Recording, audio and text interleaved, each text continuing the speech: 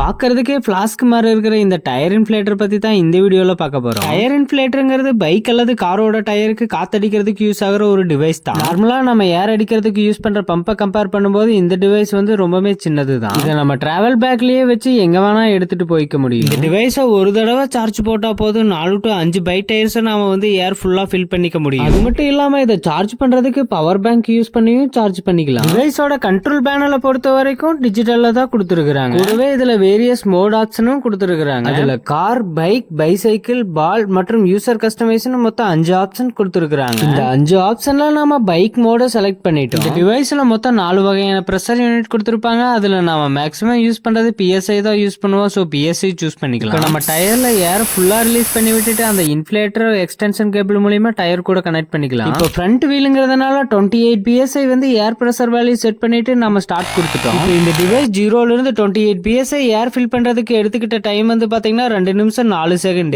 டிவைஸை maximum 150 PSI வரைக்கும் ஏர் பிரஷரை customise பண்ண முடியும்.